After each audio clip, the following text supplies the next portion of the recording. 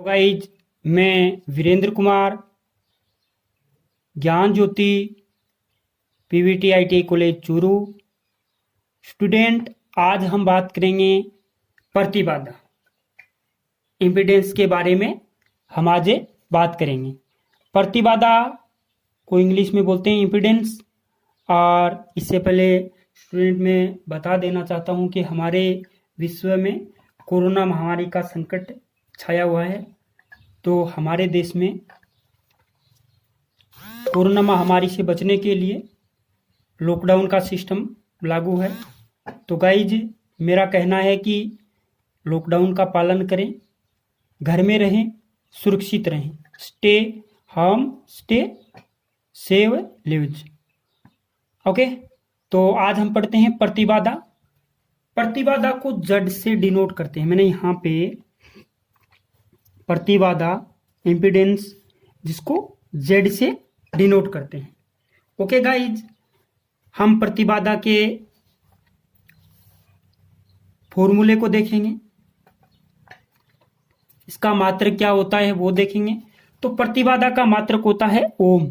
क्या होता है? प्रतिबाधा का मात्रक होता है गाइज ओम। और प्रतिबाधा का फॉर्मूला होता है जेड बराबर root R square plus X L की स्क्वेयर माइनस एक्स सी की स्क्वेयर। ये कोष्टक में आ जाएगा। यानी एक्स एल बड़ा है तो एक्स सी घट जाएगा, और एक्स सी बड़ा है तो एक्स एल घट जाएगा। इस प्रकार से ये फॉर्मूला तैयार होता है। इसके अंदर जो भी आए हैं वर्ड है उनका मैं हिंदी अर्थ बता देता हूं। ये जेड है, इसको मैंने लिखा है प्रतिबाधा। ये जेड क्या है? जेड इक्वल टू प्रतिबाधा। आर क्या है? रेजिस्टेंस। क्या है? प्रतिरोध। और एक्स एल क्या है? प्रेरकीय प्रतिघात। इसको इंग्लिश में बोले तो इंग्लिश में बोलते हैं इंडक्टिव रिएक्टेंस। और ये है एक्स सी यानी धारितीय प्रतिघात। इसको बोलते हैं कैपेसिटिव रिएक्टेंस, धारितीय प्रतिघात। और इन सब का मात्रक क्या होता है? इन सब का मात्रक होता है ओम।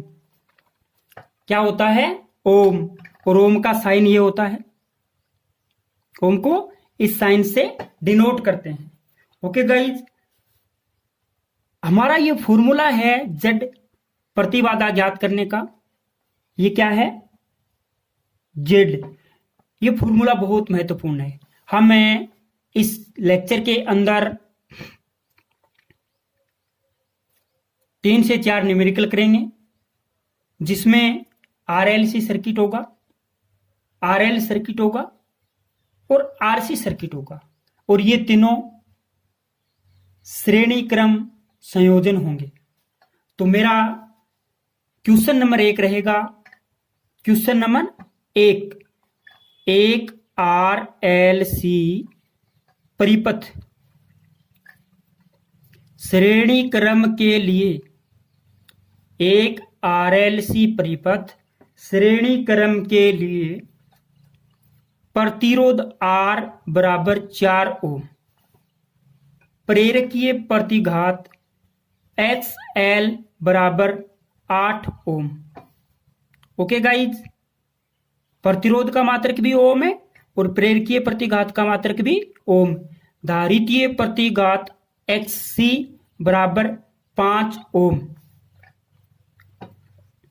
है। तो परिपथ की प्रतिबाधा यानी इम्पीडेंस जेड व परिपथ का शक्ति गुणांक यानी cos phi, power factor cos phi क्या होगा? तो गाइज मैं एक बात बता देना चाहता हूं कि मैंने आपके लिए ये वीडियो पहले तैयार किया था, लेकिन किसी कारणवश वो वीडियो फाइल में नहीं आ पाया, गैलरी में नहीं आ पाया। इसी वजह से मैं ये भी आपके लिए ये दोबारा वीडियो बना रहा हूं। इसके अंदर मैंने क्या किया है कि ये यहाँ पे मैंने आंसर बनाया है। यहां पे मैंने आंसर बनाया है। क्या बनाया है? आंसर लिखा है। तो गाइज इसका मोटा मोटी कारण यही रहेगा कि इसमें जो मैंने आंसर बनाया है उसमें मैं 3-4 न्यूमेरिकल करूंगा। उसमें इस न्यूमेरिकल में मैंने डायग्राम बना दिया है कि सीरीज में अगर कोई चीज को जोड़ते हैं तो डायग्राम कैसा बनता है। तो मैंने डायग्राम बना दिया। ये क्या है? आर है, ये क्या है? एल है, ये क्या है? सी है।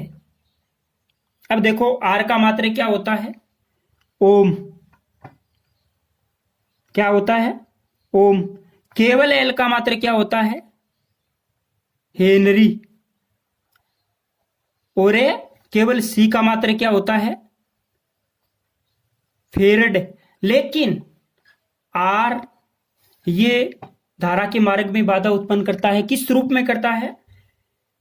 प्रेरकीय प्रतिघात, इंडक्टिव रिएक्टेंस के रूप में बाधा उत्पन्न करता है। तो ये हो जाएगा SL, इसका मात्रक क्या होता है? ओम। और ये क्या है? XC, ये भी धारा के मार्ग में बाधा उत्पन्न कर रहा है। धारा के मार्ग में बाधा उत्पन्न कर रहा है। तो XC धारिकीय प्रतिघात बराबर 5 ओम। मैंने अलग अलग लिख दिया और ये श्रेणी क्रम में इनको जोड़ दिया और यहां पे सिंगल फेज की AC सप्लाई दे दी। सिंगल फेज सप्लाई वोल्टेज का मान कितना होता है guys? 230 volt. Phase neutral standard value 230 volt होती है। अपने घरों में 240 वोल्ट भी आ सकती है या आती है और हमने देखा भी है। लेकिन अगर 3 फेज की बात करें तो 3 फेज का सप्लाई वोल्टेज होता है 415 वोल्टेज। और 415 वोल्टेज के अंदर हम अगर √3 का भाग देते हैं तो हमारे सिंगल फेज की वोल्टेज निकल जाती है। तो यहां पे हमने क्या किया? सिंगल फेज की सप्लाई दे दी। ओके, हमें पूछा है प्रतिबाधा Z और शक्ति गुणांक cos फाई। तो मैंने पहले Z लिखा और Z का ऊपर का जो फॉर्मूला था वो फॉर्मूला मैंने रख दिया। दोस्त गाइज फॉर्मूला आपको याद रखना पड़ेगा। बहुत ही इजी सा फॉर्मूला है। 3 चीजें इसमें रखनी है। R रखना है, XL रखना है, XC रखना है। Z बराबर √R² प्लस कोष्टक XL माइनस XC का स्क्वायर। यानी ये क्या होता है? अंतर का निशान होता है, घटाव का निशान होता है। जो कम होता है, जिसकी वैल्यू कम होती है, हम उसको घटा देते हैं। आप गाइज इस पेज का स्क्रीनशॉट ले सकते हो। ओके, तो आगे मैं न्यूमेरिकल करवाऊंगा। जो तीसरा न्यूमेरिकल है वो मैं आपको लिख के करवाऊंगा गाइज। ओके, तो यहां पे सोल्व करते हैं। मैंने यहां पे Z लिखा, Z इक्वल टू, फिर मैंने क्या किया? ये रूट लगा दिया। यहां पे R की वैल्यू रखी, R की स्क्वायर यानी 4 की स्क्वायर प्लस XL 8 माइनस 5 की स्क्वायर यानी XL minus XC 8 minus 5। XC की वैल्यू कितनी है? 5। तो कोष्टक बंद होकर के 5 की स्क्वायर हो जाएगी और इनका सबका रूट है। फिर मैंने आगे लिखा Z बराबर √4 की स्क्वायर प्लस 3 की स्क्वायर। ओके गाइज, और उसके बाद में Z बराबर 4 की स्क्वायर होता है, रूट तो मैंने लगा ही दिया। 4 की स्क्वायर होता है 16 प्लस 3 की स्क्वायर होता है 9। 16 प्लस 9 बराबर कितना हो गया? 25। कितना हो गया? 25। 25 √25। √25 का मान क्या होता है? √25 का मान होता है 5। तो Z बराबर क्या आ गया? 5। यही हमारा आंसर आ गया। ओके गाइस, ये हमारा आंसर आ गया। Z की वैल्यू कितनी है? 5 ओम। अगर Z की वैल्यू 5 ओम है तो हमें दूसरा पूछ रखा है शक्ति गुणांक, पावर फैक्टर, जिसको cos फाई से डिनोट करते हैं। किससे डिनोट करते हैं? cos फाई से डिनोट करते हैं। तो मैंने cos फाई शक्ति गुणांक कोष्टक में रख दिया cos फाई। cos फाई का फॉर्मूला होता है गाइज R/Z। तो मैंने R/Z रख दिया। आर बटे जेड रख दिया और आर की जगह वैल्यू रख दी मैंने 4 और जेड की जगह वैल्यू मेरे पास कितनी आई थी 5 ओम, तो मैंने 5 ओम रख दिया। तो ये क्या है 4/5। हम इसका मान भी निकाल सकते हैं। अगर ये मान निकालेंगे तो गाइज हो जाएगा, पॉइंट रख दिया और ये यहां पे शून्य लग गया तो कितना हो गया 8 पंजो 40, 0.8 ये किस प्रकृति का है पश्चगामी, इसको बोलते हैं लैगिंग। इसको क्या बोलते हैं लैगिंग, पश्चगामी प्रकृति। यानी पावर फैक्टर का कोई मात्रक नहीं होता, इसकी प्रकृति होती है। ये पश्चगामी या अग्रगामी हो सकता है। अगर XL बड़ा है तो पश्चगामी होगा और XC बड़ा होगा तो क्या होगा लीडिंग होगा, अग्रगामी होगा। तो गाइज आप अपने सब्जेक्ट की तैयारी करते रहें। आगे हम अगला एक और न्यूमेरिकल करते हैं। हम एक और न्यूमेरिकल करते हैं गाइज, तो आप यूं ही बने रहें। आगे हमारा आगे का टॉपिक है, आगे का सवाल है क्वेश्चन नंबर 2। क्वेश्चन नंबर 2 में गाइज इसमें बताया गया है, या मैंने पहले ही लिख के रख रखा है, आपके लिए नोट्स मैंने तैयार कर रखे हैं। और किसी विद्यार्थी को अगर नोट्स चाहिए तो मैं आपके लिए तैयार कर रहा हूं। आप पे टाइम निकाल करके कॉल करके पूछ सकते हैं मेरे को, और आप यहां आकर के नोट से ले जा सकते हो। तो गाइज हमारा दूसरा क्वेश्चन रहेगा, ओके गाइज। हमारा दूसरा क्वेश्चन, एक RL श्रेणीक्रम परिपथ के लिए प्रतिरोध R बराबर 16 ओम, प्रेरकीय प्रतिघात XL बराबर 12 ओम। प्रतिरोध R बराबर 16 ओम और प्रेरकीय प्रतिघात XL बराबर 12 ओम है। परिपथ की प्रतिबाधा Z एवं शक्ति गुणांक कोस फाई क्या होगा। वही चीजें पूछी हैं, लेकिन इसमें 2 चीजों का मान दे रखा है। किसका दे रखा है R की वैल्यू दे रखी है 16 ओम और XL की वैल्यू दे रखी है 12 ओम, और पूछ लिया परिपथ की प्रतिबाधा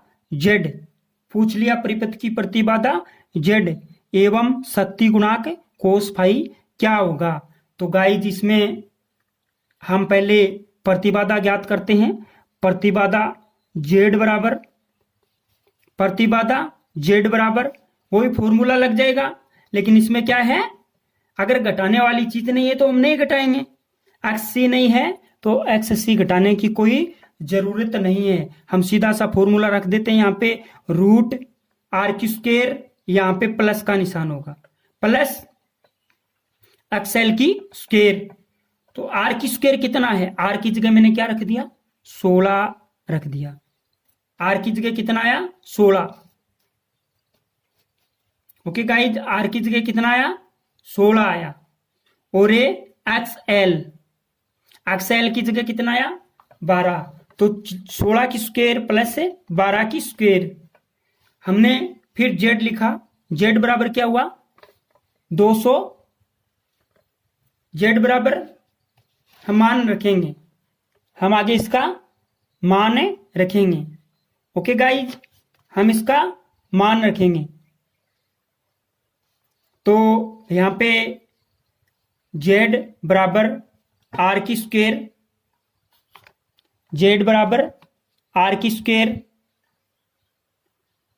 प्लस Z बराबर √16 की स्क्वायर कितना हो गया 256 प्लस 144। गाइज ये 256 और 144, 256 200 और 100 300, 56 और 44 100, 300 और 100 कितने हो गए 400। तो ये 400 आ गया। तो यहां Z बराबर क्या आ गया 400। Z बराबर क्या आ गया 400। √400, √400 की वैल्यू कितनी होती है? √400, √400 की वैल्यू कितनी होती है? 20 ओम। √400 की वैल्यू गाइज होती है 20 ओम, यानी हमने लिख दिया 20 ओम। ओम क्या? प्रतिबाधा का मात्रक ओम है, तो हमने ओम रख दिया। ओके गाइज, एक बार इस न्यूमेरिकल को दोबारा देखिएगा। एक RL श्रेणी क्रम परिपथ के लिए प्रतिरोध R 16 ओम, प्रेरकीय प्रतिघात अक्ष L 12 ओम, परिपथ की प्रतिबाधा Z एवं शक्ति गुणांक कोस फाई क्या होगा? तो स्टूडेंट, हमने यहाँ पे प्रतिबाधा ज्ञात करनी है, जिसमें दो ही चीजें दे रखी हैं, तो हम वो दो ही चीजें रखेंगे। Z बराबर ये हो गया √R² प्लस अक्ष L और इसकी स्क्वायर। आगे Z बराबर फिर वही रूट रखा, R की जगह क्या किया? 16 की स्क्वायर प्लस से अक्ष L की जगह 12 की स्क्वायर, 12 की स्क्वायर। तो L की वैल्यू अक्ष L की वैल्यू रख दी, R की वैल्यू रख दी, हमने रख दी। अब हम क्या करेंगे गाइज, ये यहां पे दे रखा है R और L, हम आगे वाला न्यूमेरिकल करेंगे, उसमें हम R और C, यानी C क्या होगा? एक एसी सर्किट का ऐसा परिपथ है या सर्किट है जिसमें प्रतिरोध जुड़ा हुआ है और कैपेसिटर जुड़ा हुआ है। प्रतिरोध को R लिखा है और कैपेसिटर को C लिखा है, तब वो सर्किट कौन सा हो जाएगा? RC circuit. कौन सा सर्किट हो जाएगा? RC circuit. तो इसके बाद का जो हमारा फॉर्मूला या अगला क्वेश्चन है वो कौन सा हो जाएगा? RC श्रेणीक्रम परिपथ के लिए हम अगला क्वेश्चन करेंगे। तो गाइज, हम यहां तक पहुंच गए। Z बराबर रूट कर दिया और 16 की स्क्वायर कितनी होती है? 256। तो मैंने 256 यहाँ पे रख दिया, प्लस कितना किया? 144 और इनका रूट 256 प्लस 144 कितना हो गया? रूट का रूट लगा दिया, इनको जोड़ा तो ये आ गया 400। तो Z का मान कितना आ गया? √400। √400 का मान क्या होता है? √400 का मान क्या होता है? तो गाइज, √400 का मान होता है 20 ओम। ये मैंने पहले करवा दिया है। इसका मान क्या होता है? 20 ओम। तो हमारा आंसर आ गया 20 ओम। क्या आंसर आ गया स्टूडेंट? हमारा आंसर आ गया 20 ओम। क्या आंसर आ गया? 20 ओम। ओके गाइज, अगला हमारा क्वेश्चन रहेगा कि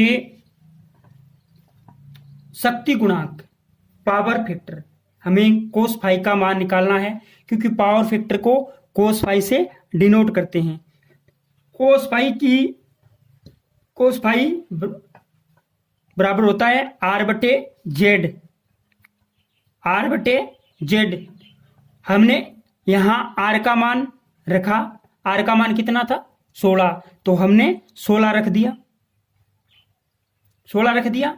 और XL की कोई जरूरत ही नहीं, हमने Z निकाल लिया। हमने क्या निकाल लिया? Z निकाल लिया। हमने गाइज Z निकाल लिया। तो Z की वैल्यू कितनी आई थी? 20 ओम। एक बात बता देना चाहता हूं गाइज में कि यहां पे जो Z की वैल्यू निकलती है, जो Z की वैल्यू निकल करके आती है, वो हमेशा R से ज्यादा होगी। अगर R से कम आ रही है Z की वैल्यू, तो आप समझ लेना कि हमारा क्वेश्चन गलत हो गया है, क्योंकि हम उसके बाद में जब हमारे पास Z की वैल्यू निकल जाएगी, R की वैल्यू हमारे क्वेश्चन में दे ही रखी है, तो हम क्या करेंगे? हम कोस फाई निकालेंगे, और कोस फाई निकालेंगे तो कोस फाई का मान, अगर Z की वैल्यू R से कम आ गई तो कोस फाई की वैल्यू 1 से अधिक आएगी, और वो कभी संभव नहीं है, क्योंकि कोस फाई मैं यहां पे लिख देता हूं, कोस फाई का मान कोस फाई का मान कितना होता है, इकाई होता है। कोस फाई का अधिकतम मान इकाई होता है और इसका कोई मात्रक नहीं होता, मात्रक नहीं होता, पावर फैक्टर का कोई मात्रक नहीं होता। ओके गाइज, तो हमारा जो क्वेश्चन था कोस फाई आर बटे जेड, मैंने आर की जगह रखा 16 और जेड की जगह रख दिया मैंने 20। आर की जगह रखा 16 और जेड की जगह रखा 20। ये जो न्यूमेरिकल है 2 नंबर का, ये आरएल श्रेणी क्रम सर्किट का है तो श्रेणी क्रम सर्किट, लेकिन इसमें आर और एल दे रखा है। आर की जगह दे रखा है प्रतिरोध और एल की जगह दे रखा है क्या क्या दे रखा है, एल। एल में क्या ज्ञात करेंगे, एक्स एल, इंडक्टिव रिएक्टेंस यानी प्रेरकीय प्रतिघात। तो आर और एल से हमने जेड की वैल्यू निकाली और जेड की वैल्यू निकालने के बाद में हमने सीधा का सीधा जेड का मान रख दिया। ये जो जेड है इसकी जगह मैंने रख दिया 20 रख दिया गाइज। जेड का मान कितना रख दिया मैंने 20। तो ये कोस फाई का कोई मात्रक नहीं होता, इसकी प्रकृति होती है। इसकी क्या होती है, प्रकृति होती है। तो मानो अगर ये यहां पे अगर एक्स एल और एक्स सी दे रखा होता, तो अगर इसमें एक्स एल बड़ा होता तो प्रकृति कैसी होती, लेगिंग प्रकृति होती। लेकिन इसमें कुछ दे ही नहीं रखा तो वो अपने आप में बड़ा है। क्या है, एक्सएल बड़ा है, तुलना तो करने नहीं किसी से, तो प्रकृति कैसी होगी, अग्रगामी। प्रकृति कैसी होगी, अग्रगामी। ओके गाइज, प्रकृति कैसी होगी, ओके गाइज। तो इसकी प्रकृति कैसे होगी, अग्रगामी प्रकृति होगी यानी लीडिंग, क्योंकि इसमें केवल और केवल एक्सएल का प्रभाव है। तो इसकी प्रकृति कैसी होगी, लीडिंग प्रकृति होगी। ओके गाइज, हमारा प्रतिबाधा जेड और कोस फाई शक्ति गुणांक दोनों निकल गए हैं। इसका मान आया 20 ओम और इसका मान आया 16/20। एक बात बता देना चाहता हूं गाइज कि इसमें जेड का मान हमेशा प्रतिरोध के मान से कम होगा। अगर ये प्रतिबाधा जेड का मान अगर प्रतिरोध के मान से कम आ जाए, हमेशा ज्यादा होगा जेड का मान, अगर प्रतिरोध से कम आ जाए तो यूं मान लेना हमारा क्वेश्चन है वो गलत हो गया। क्योंकि पावर फैक्टर का मान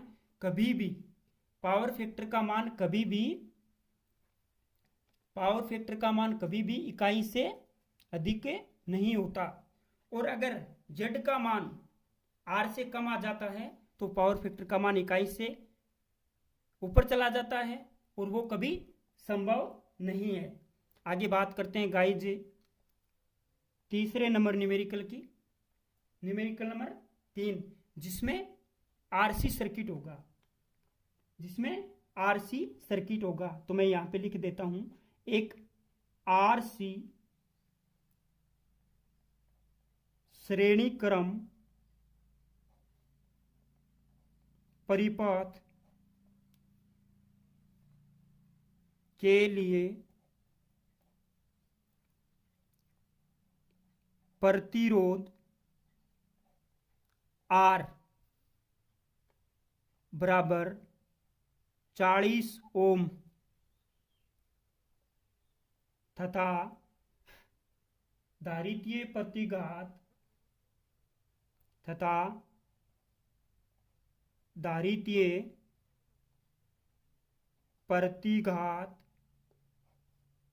XC बराबर 9 ओम हो तो शक्ति गुणांक, शक्ति गुणांक का मान क्या होगा। शक्ति गुणांक का मान है क्या होगा। इसमें एक ही चीज पूछी है, शक्ति गुणांक का मान है क्या होगा। शक्ति गुणांक कोस फाई बराबर होता है R बटा जेड। अब हमारे पास क्या है, R तो है 40 ओम, लेकिन जेड नहीं है, और जेड हम निकालेंगे, और जेड की वैल्यू है वो प्रतिरोध के मान से, यानी 40 ओम से ज्यादा आएगी।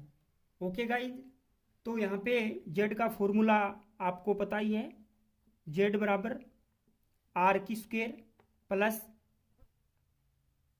अक्स सी। इसके अंदर क्या है, दो ही चीजें दे रखी हैं, एल नहीं दे रखा, तो केवल इसका प्रभाव रह गया, इसकी स्क्वायर हो जाएगी। और जेड बराबर हम क्या करते हैं, आर की वैल्यू रख देते हैं 40 की स्क्वायर प्लस अक्स सी की वैल्यू कितनी है 9 की स्क्वायर, और इनका रूट। तो 40 की वैल्यू, 40 का वर्ग कितना होता है 1600, और 9 का वर्ग कितना होता है 81, और इनका रूट, ये मान आ जाएगा जेड का मान आ गया। अब अगर इसको जोड़ें तो क्या होगा गाइज, हमें थोड़ा सा हम इसको डायरेक्ट जोड़ लेते हैं। जेड बराबर 16 और 81, तो कितना हो गया 1681, और इनका रूट। तो 1681 किसका रूट है, 1681 रूट 1681 किसका है, तो ये है गाइज 41 का।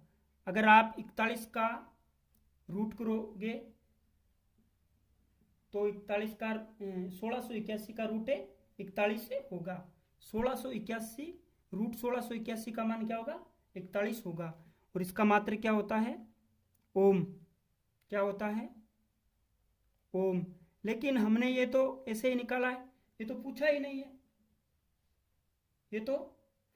है, और मैंने बताया कि जेड का मान है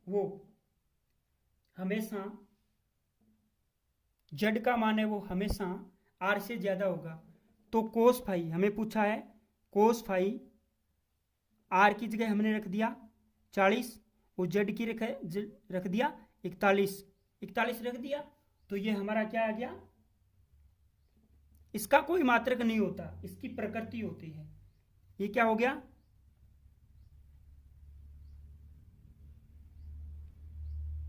अग्रगामी,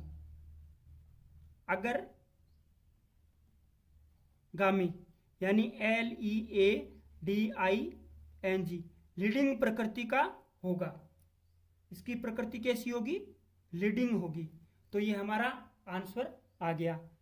ओके गाइज, इस प्रकार के न्यूमेरिकल ही एग्जाम में पूछे जाते हैं। अगर इसका सर्किट बनाना चाहें तो सर्किटें दो ही क्यों चीजें दे रखी हैं, एक तो दे रखा है प्रतिरोध, और एक दे रखा है संधारित्र C।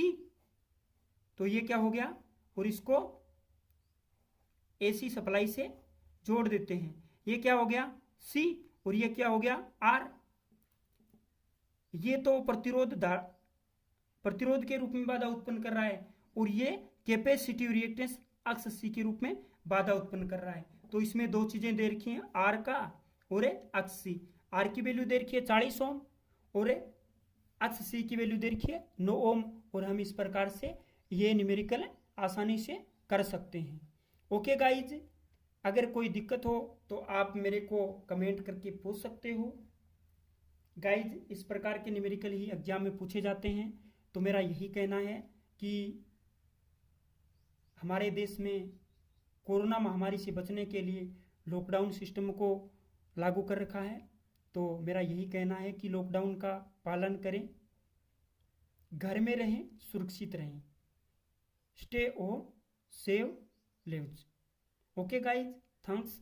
यूं ही बने रहे हमारे इस यूट्यूब चैनल के साथ और करते रहें घर बैठे तैयारी।